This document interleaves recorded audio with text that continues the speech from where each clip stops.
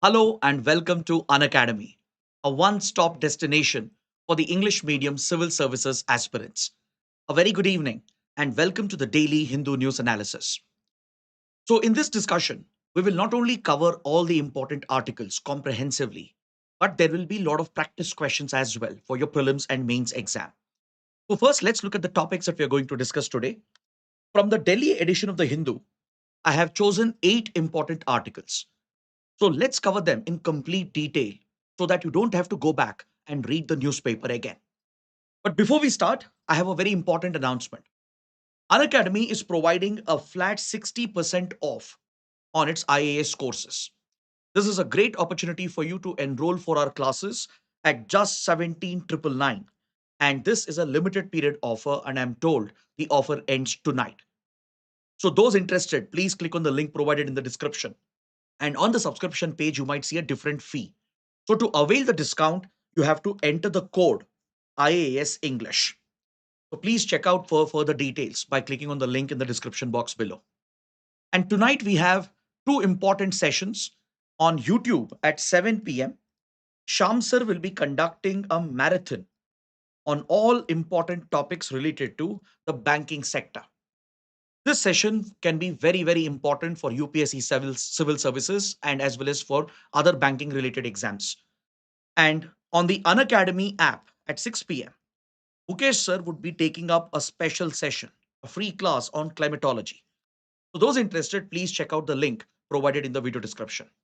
And if you want the PDF of the Hindu analysis, please join our official Telegram channel. After the session ends, we will be sharing the PDF over here. So let's get started and look at the first topic. On page number 10, the Hindu carries a column on the topic of center state devolution of funds. How the finances are devolved from center to state. What are the main concerns of the state governments? And what can be a solution to address the concerns of few states when it comes to devolution of funds?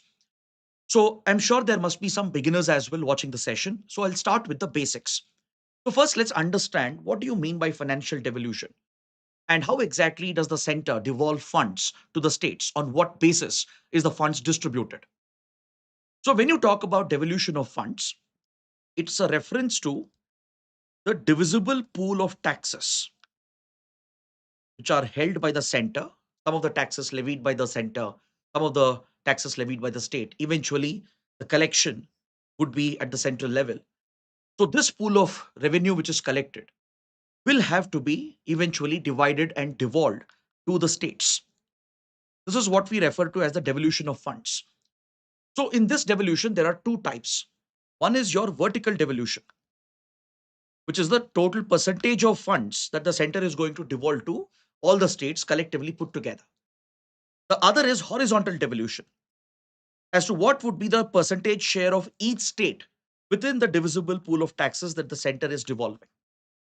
So the vertical and horizontal devolution is decided based on the recommendations of a constitutional body, the Finance Commission, which is established under the provisions of Article 280 of the Indian Constitution. So till date, we have had 15 finance commissions. So based on the recommendation of these finance commissions, the devolution of funds, both vertical and horizontal devolution, is decided and provided for by the center. Now, recently, the 16th Finance Commission has completed its work as assigned by the President of India according to the terms of reference, and the report has been submitted. So it is to be tabled in the parliament and eventually to be accepted by the government and implemented. So the 16th Finance Commission would also continue on the same path, providing for vertical devolution as to what should be the total funds devolved to the states in total and what should be the percentage that each state will get. So this is decided by the Finance Commission, a constitutional body. Now, apart from this, there are other funds provided by the center to the states. For example, the center also provides grants in aid, which is covered under a very important constitutional provision. Now, I want you guys to find out as to which article in the Constitution provides for grants in aid. If Article 280 provides for the establishment of Finance Commission as a constitutional body to decide upon vertical horizontal devolution, which article in the Constitution provides for grants in aid through which center can assign grants to certain states for welfare programs and developmental initiatives. So please find out the article and mention the answer in the comments. Then the center also implements a number of welfare programs that are centrally sponsored schemes, where the center and states take up a share, and the center provides a certain amount of contribution and expects the states to fill in the gap. So this is also a type of financial assistance that the center provides to implement welfare programs and development initiatives. But however, in the devolution of these funds, many states have raised a lot of concerns. So let's quickly understand what are the concerns and the problems present. What could be a solution? Because the writer of this article is mainly focused on the probable solution, which can help address the concerns of the states. See, many states have often complained that they have seen a big erosion of their fiscal autonomy, especially after the GST was implemented, the goods and services tax, an indirect form of taxation. Because previously, the states had a lot of autonomy when it came to indirect taxes, which was levied and collected and kept at the state level itself. So now states have had to forego this tax pool in the interest of implementing one nation, one tax for indirect taxation under the GST. So as a result, states believe that to some extent their fiscal autonomy has been curbed. They have compromised on their fiscal autonomy for implementing GST, for streamlining indirect taxation. And the GST rate cuts, which are decided by the GST Council, eventually ends up resulting in revenue losses for many states. Those states have a representation in the GST Council. Eventually, the center does have a greater pull and influence. Any cuts in GST rates will translate into significant revenue loss for certain specific states. Though the center compensated some of the states initially, there are complaints from state governments that they haven't received enough compensation for the losses they have suffered because of GST, for the lack of fiscal autonomy that they're facing ever since GST has been implemented. So, this has been one of the major concerns that states are not getting adequate revenue, their fiscal space is being curbed. The other concern is about the growing dominance of centrally sponsored schemes. Because in centrally sponsored schemes, the release of funds from the center is conditional. It's based on the state's ability to implement a program to achieve certain targets. So, if a state doesn't meet those targets and criteria, the center can withhold the funding. And states will have to contribute their share of the financial expenditure for these welfare schemes, which increases their financial burden. So, this again is a complaint of many states, especially opposition ruled states, that the dominance of centrally sponsored schemes is further creating a constraint for state level expenditure. And the other challenge is the increasing number of cess and surcharge imposed by the center, collected and kept by the center. This is not devolved, it's not part of the divisible pool of taxes. So the center's revenue has been growing with additional cess and surcharges, but this is not distributed to the states. And the other bigger concern, the declining devolution for high performing states. States which are actually contributing more revenue. For example, Maharashtra, Karnataka, Tamil Nadu. These states which have made a bigger contribution to the central pool of divisible taxes, they often complain that they get a very small share in the devolution.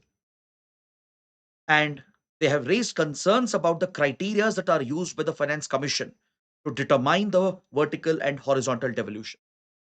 So this has been a long-standing complaint, especially amongst the high-performing states, that they don't get the fair share. And lower performing states which are contributing lesser revenue end up getting higher amount of devolution. So let's understand these concerns in further detail. Let's see how true it is that higher performing states are getting lower devolution. Is it really true with regard to the argument of, let's say, Maharashtra, Tamil Nadu, or Karnataka? Now, see, the thing is, when you look at the spirit of federalism, when you look at the spirit of national unity and integrity, it's very important to ensure equity in allocation of financial resources, right? In the interest of nation building and national development, it is important for higher performing states to support and back up the lower performing states. So let's say a state like UP, Bihar, maybe their share of revenue contribution may not be the same, but in order to uplift the other states and ensure regional differences are addressed, it's important for some of the higher performing states to take the higher burden. So here the Finance Commission functions not only on the basis of efficiency of devolution, it also takes into account the principle of equity. It tries to ensure that there is an equitable distribution of the financial resources, not just based on efficiency. So it's not that higher performing states will automatically get rewarded with a higher devolution just because they've contributed more to the central pool of taxes. In fact, under the spirit of cooperative federalism and under the spirit of building national unity and development, the focus is on ensuring equity, where lower performing states get more allocation of funds. And in a way, the higher performing states are cross subsidizing for the better development of the backward and the lower performing states. So keeping in mind the principle of equity, the finance commissions, they use different set of criterias and assign a certain weightage to it to determine the percentage of vertical and horizontal devolution. Now, amongst the criteria that are used, one of the most controversial criteria is income distance, which has the highest weightage, followed by the population criteria. In this table, you can see all the criteria considered by the Finance Commission. It also considers the geographical area of a state, the forest cover and the ecology in that particular state, the infrastructure index, and the fiscal discipline shown by that particular state in abiding by the commitments of the FRBM Act, the Fiscal Responsibility Budget Management Act. It also looks at the demographic performance with regard to fertility rates and the changing demographics of a state. All these factors are taken into account. But the highest allocation, the weightage goes for income distance. So, what is income distance? Income distance is a measure of inequality between states. So, for a particular state, its per capita income is considered, and how far is it from the per capita income of the highest state, the state with the best per capita income, right? And the difference with the per capita income of the other state. What's the difference between the two? That shows your income distance. That shows how behind a particular state is as compared to the best performing state in terms of per capita income. So using this as a criteria, the lower states which have a lower per capita income, they will end up getting a higher allocation.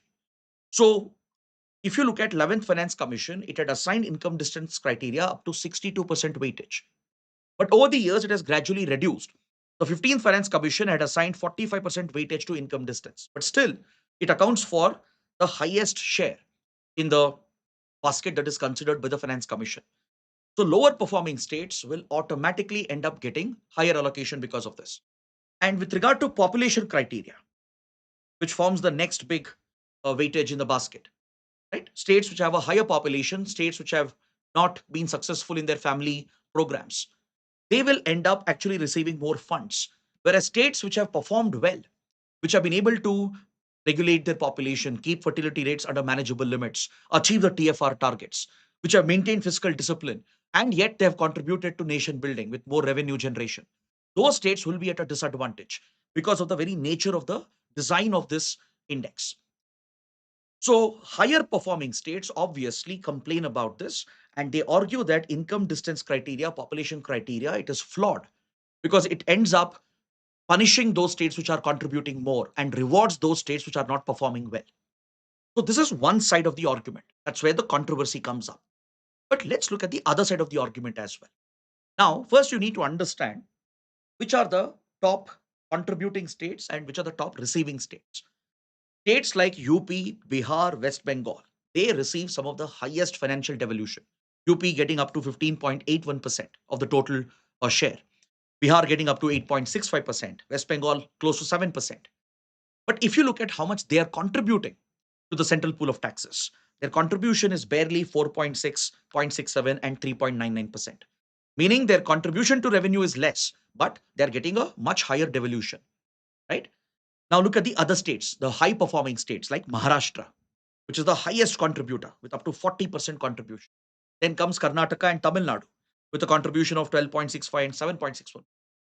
But compare this with the allocation they are getting, just around 6.6, 3.9, and 4.6%. So this is why high performing states complain that they are being punished for better growth and development. They are being disincentivized and they're cross subsidizing the failure of other backward states. But however, there is a counter argument to this. You need to understand how exactly tax collection works. See, now, for example, a state like Karnataka, Tamil Nadu, Maharashtra, if they're contributing more revenue, it doesn't necessarily mean that other states have no role to play in this.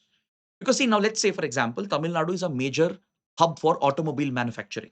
Maybe Tamil Nadu has created better facilities, infrastructure, it has better policies, which has attracted all the big auto companies. So a lot of cars, bikes are getting manufactured in Tamil Nadu. So that is where the tax collection is happening. But the bikes and cars produced in Tamil Nadu, they are being bought across the country. In UP as well, in Bihar as well, in other parts of the country, the same vehicles produced in Tamil Nadu is being bought. So the income generation, demand generation is happening from across India. So it's not that Tamil Nadu alone is single-handedly generating this tax. The reason why the tax is getting collected in Tamil Nadu is because the companies are registered over there. Yes, the state government has done better to attract the companies, but the income and demand generation is happening from across India. Now, similarly, take for example, let's say coffee from Karnataka or spices from Kerala, right? Maybe Karnataka, Kerala have better policies and they've supported their farmers better. So obviously, whatever revenue they generate, tax collection is happening in these states. But don't you think these products are being bought and consumed across India? Don't you think there is coffee being bought in northern parts of India, spices being bought in other parts of India, eastern, western parts of India? So this demand across the country is what is generating revenue for these states. So you can't really argue that just because a state is able to collect more taxes doesn't necessarily mean that other states have no contribution in it. If there was no demand from states like, let's say, Rajasthan, Madhya Pradesh, UP, Bihar, then the revenue of Karnataka, Tamil Nadu would also fall and their tax collection would also reduce.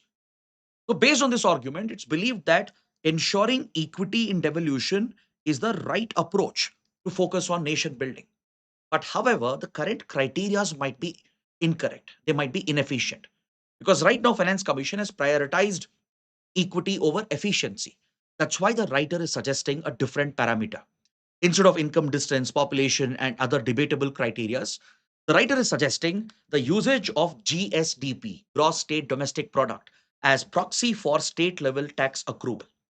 The writer says if you use GSDP as an indicator, it will help you better determine what is the actual contribution of a state in tax collection. The writer says the state's share in national GSDP can help determine approximately the contribution that particular state is making for central tax revenues. And based on this, proportionally, if you can provide for devolution, this would provide for a more fair mechanism for devolution of funds. So, if this model were to be implemented, then states like Karnataka, Tamil Nadu, Maharashtra, they will benefit significantly. States like UP, Bihar, and others, they might see a decline in their allocation. But however, the writer says that the gain or loss would not be too significant. It's not something which will completely disturb the fiscal balance and the distribution between the states. While maintaining the principle of balance and equity, this can provide for a mechanism where high performing states can be rewarded better, relatively better compared to the previous allocation.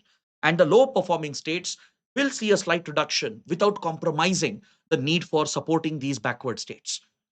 So that is why the writer strongly believes that GSDP, gross state domestic product, can be a much better indicator of approximately estimating what is the contribution of a state to the national GSDP and how this should be used for determining the devolution of funds. So this is one of the suggestions that you can take away from the article. And if at all there's a mains question on the topic, right, you can provide this as a suggestion that instead of using criteria like income distance, population, GSDP has been empirically proven, right, with data that it can be a much better indicator to ensure high performing states get a better share of allocation while not affecting the allocation for the low performing states. So with this, let's look at a prelims practice question. I want you guys to answer this question. So read the question carefully, and based on what we have discussed, I want you to provide the answer in the comment section. Consider the following statements.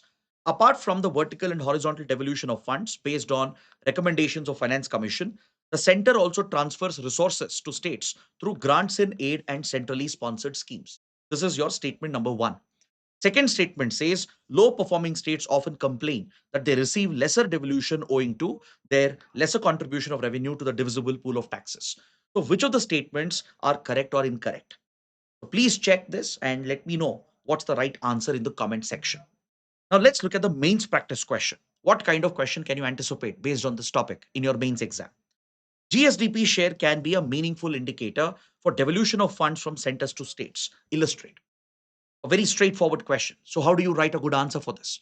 In the introduction, you can talk about what is devolution and explain the concerns of certain states with regard to existing mechanism of devolution. In one small paragraph, briefly outline what is devolution and what concerns some states have with regard to the current mechanism of devolution, so that you're setting the context to the answer.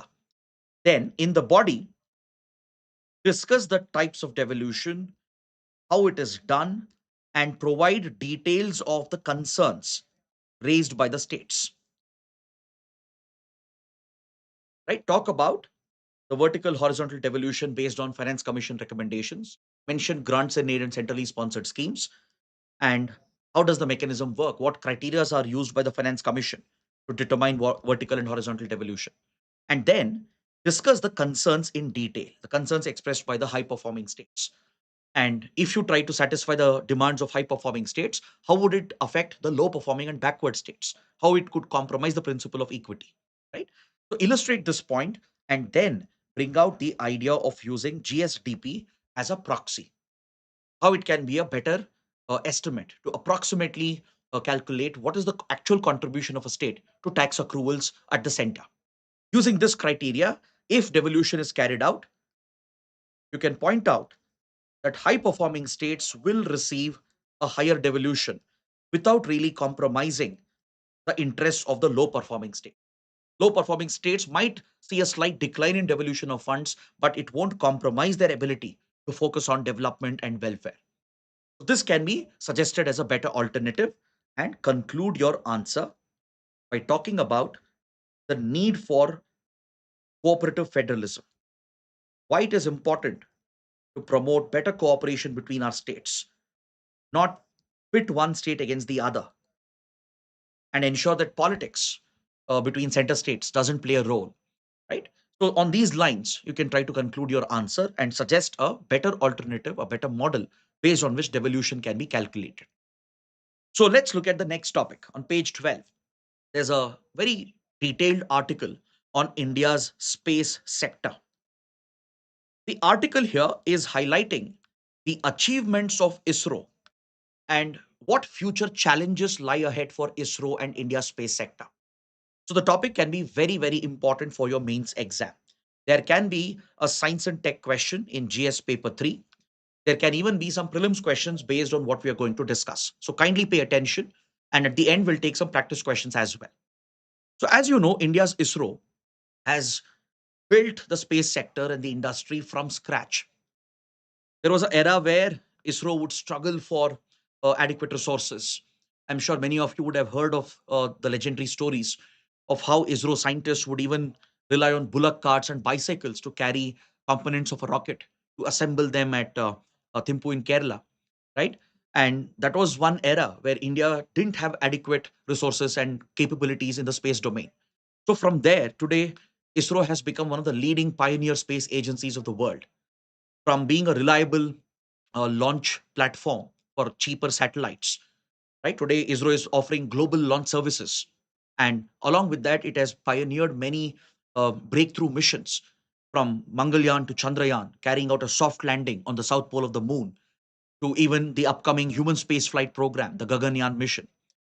Or look at the massive missions that happened in the last few months, for example, be it the Nisar satellite with NASA carrying a synthetic aperture radar, and look at the heavier launches that ISRO has successfully handled.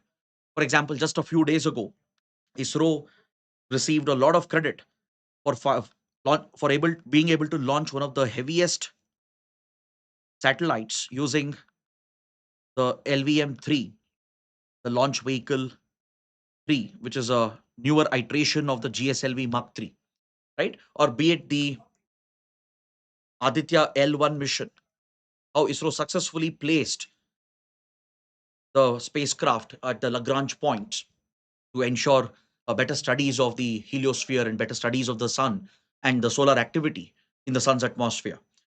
So ISRO has a lot of credit to its name. It has gained public trust. It has been the lead force in the space domain of the country. In fact, until recently, the space sector was completely reserved for the public sector. It was not open for private participation or competition. So, as the only pioneer of the sector and industry, ISRO has done quite well, be it in research, in design, in production, in assembly and integration, and in enabling launches, and in maintaining these payloads and satellites during the course of their mission. Right? ISRO has ensured that national interests are prioritized in any space mission. Right? How can these missions serve the interests of a common man? How can it benefit farmers, industries, fishermen? How can it help in disaster management? How can it help in resource mapping and resource planning? How can it help in security and defense of the country as well? So this has always been the priority of ISRO, and accordingly, it has done an incredible job of building a nascent space industry into a flourishing space market today.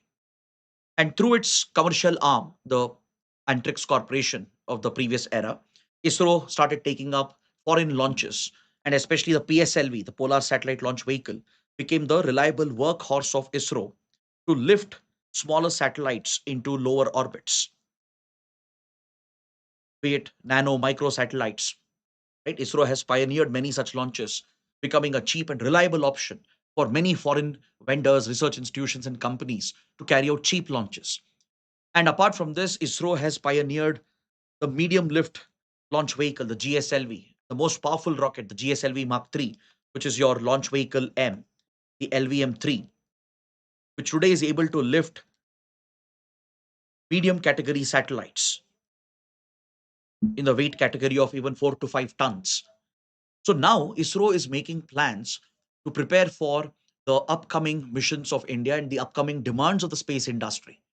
So ISRO would not only like to be a reliable launch platform for the global space market. Apart from this, India would like to pioneer new age research, looking beyond our own um, requirements, looking beyond into deeper space, focusing on deep space exploration, right? So ISRO just can't be overburdened with regular routine tasks. It can't be dragged down by routine engagements like, let's say, using PSLV rockets to launch commercial satellites, right? This is something which today can be outsourced, given that ISRO has already mastered the technology, right? And PSLV has proven its credit worthiness. It's high time that the private sector steps in because now India has liberalized the sector. There are private space startups in the country. So from 2020 onwards, we have seen a major opening up of the space sector with liberalization and reforms that have opened the sector for private participation and private competition, right?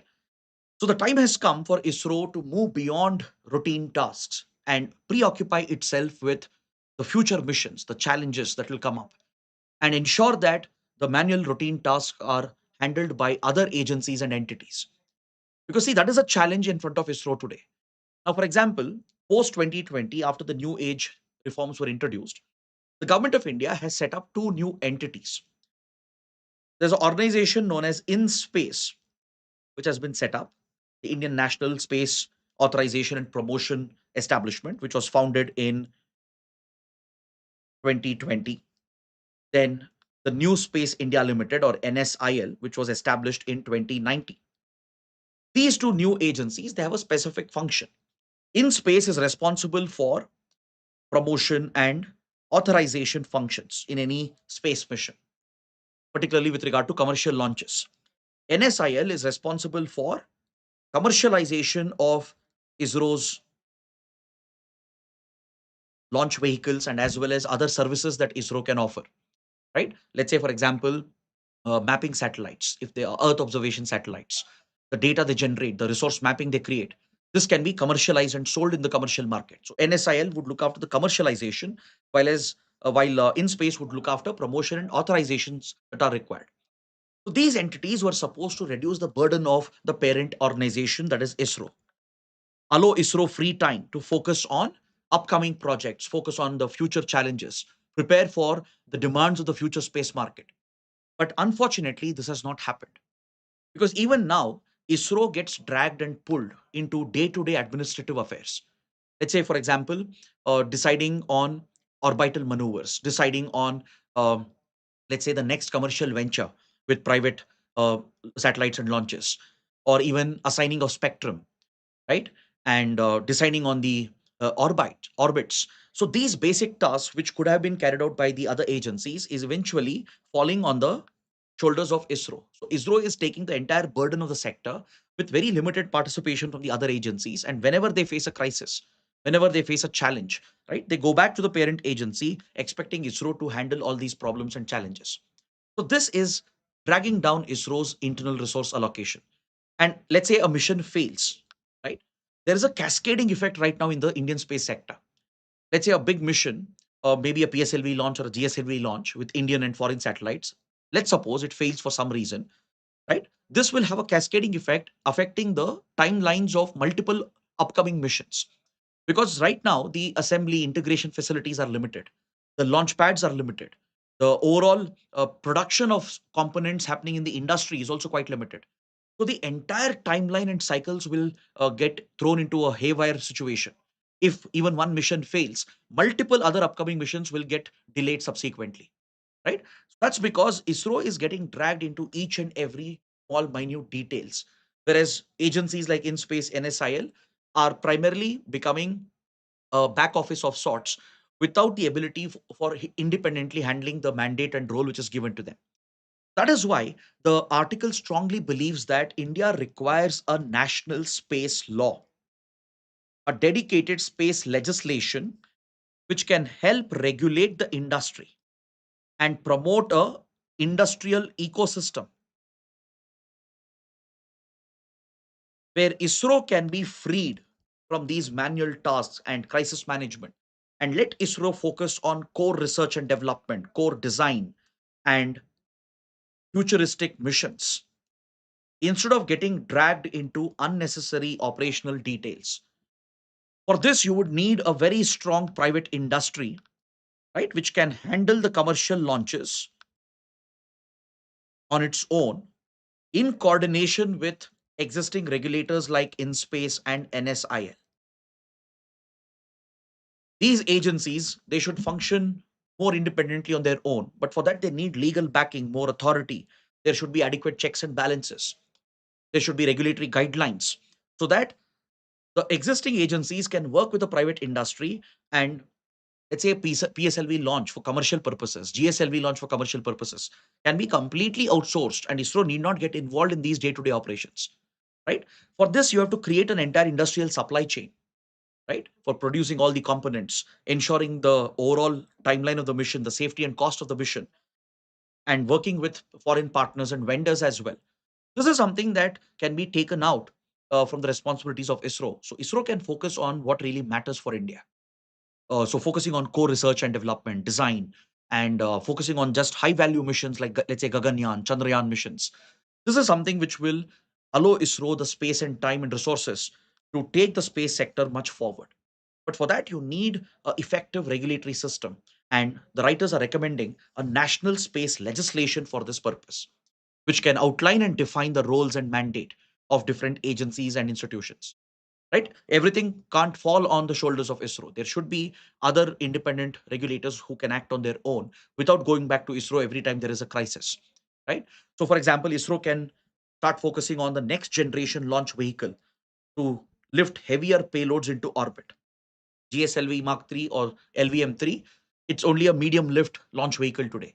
So in the future, India would require a true heavy lift launch vehicle, and focus is on developing NGLV, the next generation launch vehicle. So this is where ISRO's energy, time, resources should be concentrated. Whereas rest of the day-to-day operations and the current technologies which have already been pioneered, this is something which can be handled by the regulators in coordination with the private sector. So, for this clear distinction to be achieved, you need a space legislation which can outline the roles and mandates and give enough authority to these institutions so that they can become independent actors. To cultivate a strong industrial ecosystem where ISRO would be the leader of this sector, but it would be backed up by the private industry and by the concerned regulatory agencies. So this is what will prepare India for the future challenges of the global space market. So let's take up a prelims practice question. Consider the following statements. As part of reforms in space sector, NSIL was established in 2019 and InSpace was set up in 2020. While authorization promotion is the mandate of InSpace, commercialization is the mandate of NSIL. So can you check which of the statements is or are correct? And please let me know the correct answer in the comment section. Now, take up this mains question as well, based on what we have discussed. Discuss the future challenges that ISRO and India's space sector must overcome in order to establish India as a leading space power. So, focus on the key points that we discussed and try to build a very strong narrative to justify the question which has been given. Try to address the demand of this particular question. So, let's see how many of you can write this. And please, if you write your answers, post them in the comment section. Now, moving on, we have an important editorial on page number 10 that's related to governance. Recently, a new set of guidelines have been brought out with regard to drug safety in the country, which will be implemented by the Central Drug Standard Control Organization or the CDSCO.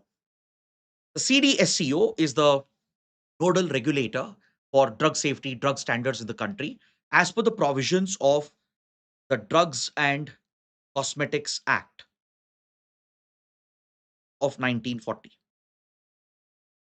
So, this is the legal framework for regulating the drug industry to ensure quality and standards are maintained, to ensure safety is maintained, to ensure there is no adulteration or no spurious drugs are produced, which can be harmful, which can even result in the death of the patients. So, to prevent such tragedies and to regulate the entire sector, we have this legislative framework which is enforced by the regulator, the CDSCO. But recently, the government has contemplated a set of new guidelines to streamline regulation and to simplify the laws to improve ease of doing business and ease of living in the country. The Jan Vishwas Act, which the government has brought out, provides for many changes in the legal framework of regulation in the industry and the drug sector.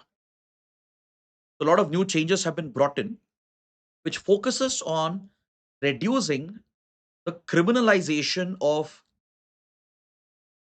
the violation of these laws. See, under the previous standards, any involvement in production of spurious drugs, adulterated drugs, which could even have simple side effects, was treated as a criminal offense where the company manufacturing these drugs could have been sued and there would be criminal consequences, the jail term for the company executives. So now the government believes that it's important to promote ease of doing business and ease of living as well. But you can't allow each and every instance of, let's say, slight errors where the regulatory standards are not followed. And you can't allow that to invoke criminal charges because that could become a deterrent for the industry. And it could lead to a lot of inordinate delays, which could affect drug production and overall drug exports of India as well. So, to streamline and simplify these laws, the compounding effect which was there under the previous regulations, this has been removed through the Jan Vishwas Act. Previously, let's say a drug manufacturer was making few mistakes, not following the guidelines, making few errors, leading to spurious drugs and adulterated drugs. So there would be some penalties that would be levied. Eventually, the offenses would compound. And there were, let's say, there were repeat offenses. Based on those repeat offenses, some of the manufacturers could be liable for criminal charges eventually if a death occurs, or if, let's say, even after repeated penalties and warnings, if, let's say, the company has not improved its standards. In such cases, the compounding effect would kick in, and eventually criminal charges could be pressed on that company, including the executives of that company. But now the government is trying to do away with the compounding effect and to remove the criminalization provisions. So there is a route being created under the new guidelines where drug manufacturers can get away with criminal liability by paying a fine. Instead of the compounding effect, which could have led to criminal charges, the government is completely removing this in order to simplify the laws, in order to do away with unnecessary criminal provisions, to reduce the burden on the judiciary as well, right? And it is simplifying the guidelines where the manufacturers, if they have some violations, minor violations, they can get away with it without the compounding effect by paying a fine each time. So basically, you can pass the regulatory standards and evaluatory frameworks just by paying a certain amount of money. You pay, you pass. So this sort of system is being created to simplify the regulations and the enforcement of these regulations. The government believes it is necessary to promote the drug industry to streamline ease of doing business in the industry. But however, there is a big concern here. The concern is if you're removing the compounding effect and giving a pay and pass system, then companies will have no, essentially, there'll be no strong regulation over them. And they would have no incentive to focus and prioritize on quality, safety, and standards, right? They would know that they'll get away with any charges. They'll not face any criminal complaints. They'll not get sued in a court. They will not face a jail term, even if there are violations happening again and again. Because the compounding effect is completely getting removed with the Chan Vishwas Act. And the criminal charges are being completely removed altogether. So now that there is a guarantee that the maximum penalty you face is a fine, companies can afford to pay those fines, get away, and they can start cutting corners, compromise on quality and safety, which could become a serious detriment for India's drug industry. So, see, please understand, India is considered as the pharmacy of the world. India is one of the largest producers of vaccines and generic drugs, and many countries, especially African countries and global South countries, they depend on Indian drugs and Indian vaccines. This is a key part of our exports as well. But there have been recent incidents where spurious drugs from India has caused death of children and patients across the world. In India itself, the cough syrup controversy which happened, right? And similar instances in Central Asian and African countries, where reportedly the death of children was linked with spurious cough syrups produced in India. It has already raised concerns and a bad image for India. So, if you further try to dilute the drug control standards and the safety norms and give these free passes where you pay for getting away with these penalties and you can still continue producing these drugs, that creates a wrong precedent. It might encourage the industry to cut corners, compromise on safety and quality because they know that they'll not face criminal charges and there's no compounding effect of their violations. So, that is the concern being flagged by the editorial in this article. Now, let's look at topic number 4. Under President Donald Trump, the US continues to pose a significant challenge for India's interests. It has been reported that the president has cleared a bill which can result in up to 500% tariffs on India if the bill is passed by the US Congress and the Senate, right? India already faces one of the highest tariffs from the United States at 50%. 25% of it is seen as part of the tariff war, and another 25% of it is a additional penalty on India for India continuing to buy Russian oil, right? As US has sanctioned Russia following the invasion of Ukraine, it has been trying to target others who are buying Russian oil, and particularly India has been the prime target of the Trump administration. Because of the 50% tariffs, India's exports have already crashed into the US market. It's already having a detrimental impact on India's export oriented industries like textile industries, for example. So right now, India US are negotiating a bilateral trade agreement. A trade deal is being worked out in order to address the concerns related to high tariffs. But at the same time, Donald Trump has been making these controversial statements that India is not bending to his will, that India is not accepting the terms and conditions laid down by the US. According to reports in the ongoing trade negotiations, the US is expecting India to make a lot of concessions to allow American multinational corporations to gain market access into sensitive sectors like dairy, agriculture, animal husbandry, and industries which could affect the MSME sector as well. So this is where India can't open up these sectors given how sensitive they are. You can't really throw open Indian farmers and the small producers in India to global competition to compete with global giants. So as India protects these sectors with higher tariffs, the US has been pressing upon India to do away with these tariffs as part of the trade deal. So this is almost like a blackmailing tactic. And upon that, there are reports coming in that President Trump has cleared a bill which will now be taken up by the House of Representatives and the Senate. And it's a bipartisan bill, meaning it has support on both sides of the benches, be it the Democrats or the Republicans. Both sides have backed the bill. So there is a high chance that this bill will get passed into an act. And once it becomes a law, right, there is a possibility that US could increase the tariffs further up to 500%. From the current 50%, it can be increased up to 500%. And the condition would be if a country is buying Russian oil or Russian uranium, that's when this law can be invoked to bring secondary sanctions on the other country, the third country. So India does buy oil and uranium from Russia. Russia has been a key supporter of our nuclear program, our civilian nuclear program, right? Russia does supply uranium to India, and India has become one of the largest buyers of Russian oil. So there is a very real risk of India facing even higher tariffs, which will basically destroy India's exports to the US almost completely, right?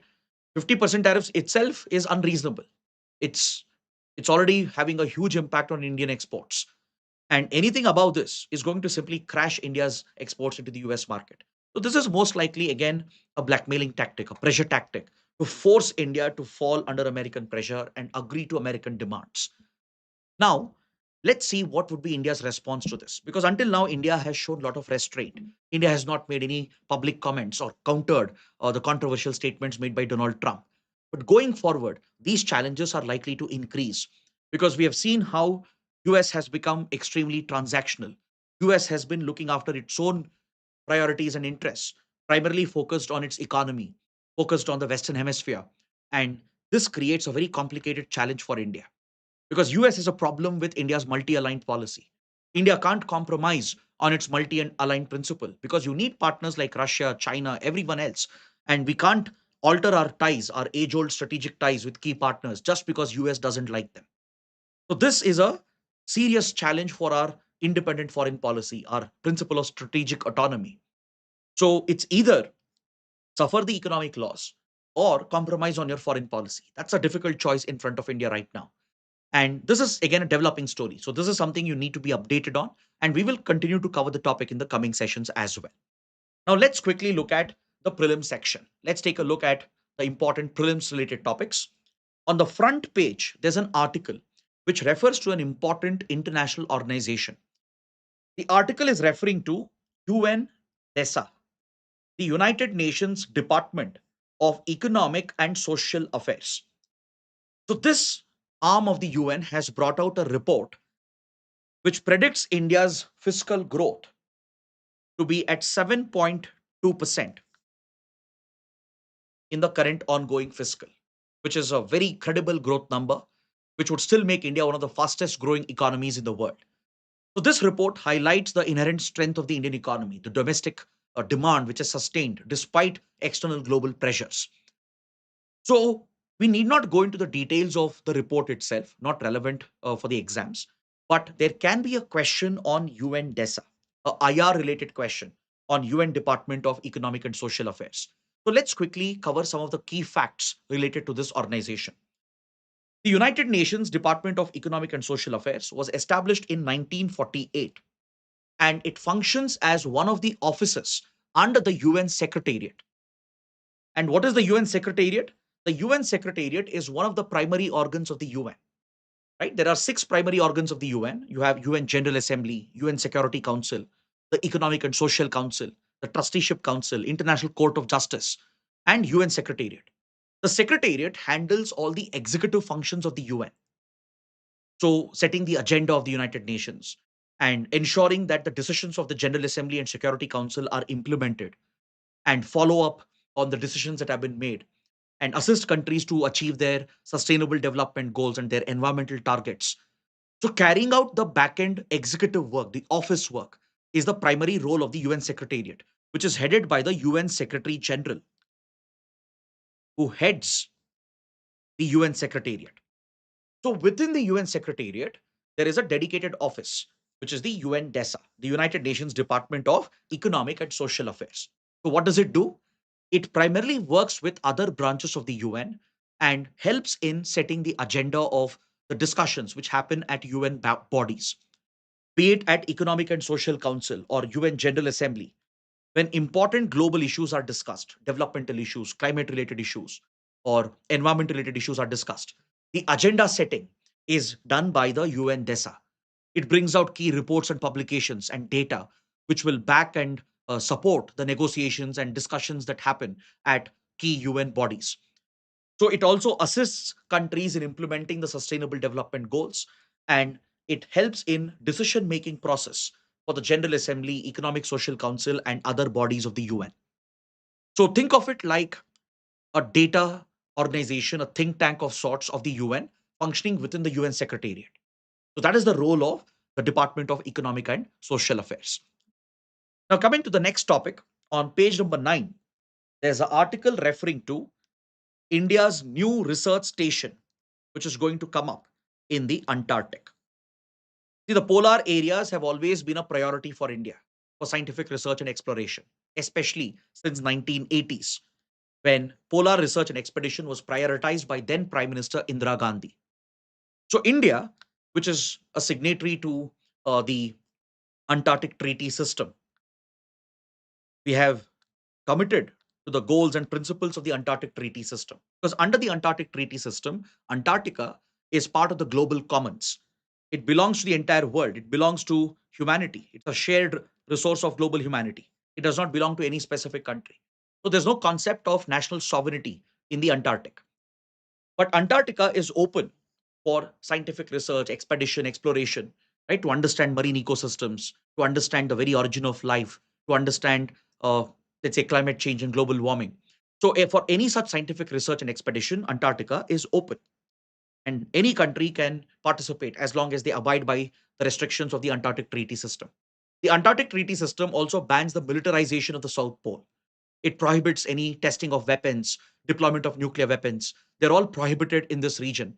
So it's set up as a region exclusively for scientific research and expedition, and all military activities are prohibited, and national sovereignty doesn't exist in this region. So India is strongly committed to these goals of the Antarctic Treaty System. In 1983, with the backing of then Prime Minister Indira Gandhi, India established its first research station in Antarctica, which is Dakshin Gangotri. Today, Dakshin Gangotri has become defunct, but it functioned for many years and helped India set a footprint in the South Pole. Then came the Maitri Research Station, established by India in 1989, which continues to function till date. And the third research station we set up here is Bharti, established in 2012 2013. So these are the three research stations India has set up. Maitri, Bharati continue to function, but Dakshin Gangotri has become defunct. So recently, the government of India has approved the establishment of the fourth research station of India. This is going to be called Maitri II, which is likely to replace Maitri or Maitri I, which is a old and aging research station. So India is all set to set up its fourth research facility in the Antarctica, and it will be called Maitri II. So just be aware of this. You don't have to go into the details of the article, just some basic facts about Antarctica. Coming to the next topic, India suffered a huge loss, an irreparable loss yesterday. We lost one of the greatest environmentalists, one of the greatest ecological experts of the country, Madhav Gadgil, a legendary figure in the world of conservation and protection of environment and biodiversity. Someone who has made an immense contribution to protection of India's biodiversity and resources. Madhav Gadgil was the chairperson of the Western Ghats Ecology Expert Panel, which was appointed by the then UPA government to provide recommendations for the conservation of Western Ghats by implementing the ecologically sensitive zone model to restrict economic activities, human activities in the sensitive Western Ghats. See, when eco-sensitive zones or ecologically sensitive zones are set up and notified, it would help in restricting and minimizing industrial activities and other human activities. So Madhav Gadgil led this committee, the Western Ghats Ecology Expert Panel, also called the Madhav Gadgil Committee, and carried out extensive consultation across all the states and districts where Western Ghats is located, starting right from Maharashtra to Goa, uh, towards Karnataka, Kerala, Tamil Nadu. So a lot of public consultations were held. They consulted with the state governments, the local district authorities, and the people, and including the Adivasis and the tribal communities. They took into account all the factors and eventually recommended a very stringent model of conservation by implementing three ecologically sensitive zones in Western Ghats. In the core areas, human activities were supposed to be prohibited and tightly restricted, especially mining and large scale projects like dam construction, power projects, etc. And limited activities would be allowed under strict regulation under zone 2 and 3. So, such strict guidelines were recommended, but unfortunately, these recommendations were never implemented. It generated a lot of opposition by the state governments and local entities and business interests. They feared loss of business and loss of revenue and opportunities. So, state governments strongly opposed the Gadgil Committee recommendations. Even at the local level, the people carried out protests, and especially vested interests, large businesses, for example, mining companies and others who would face loss of revenue and loss of operations. They were completely against its implementation.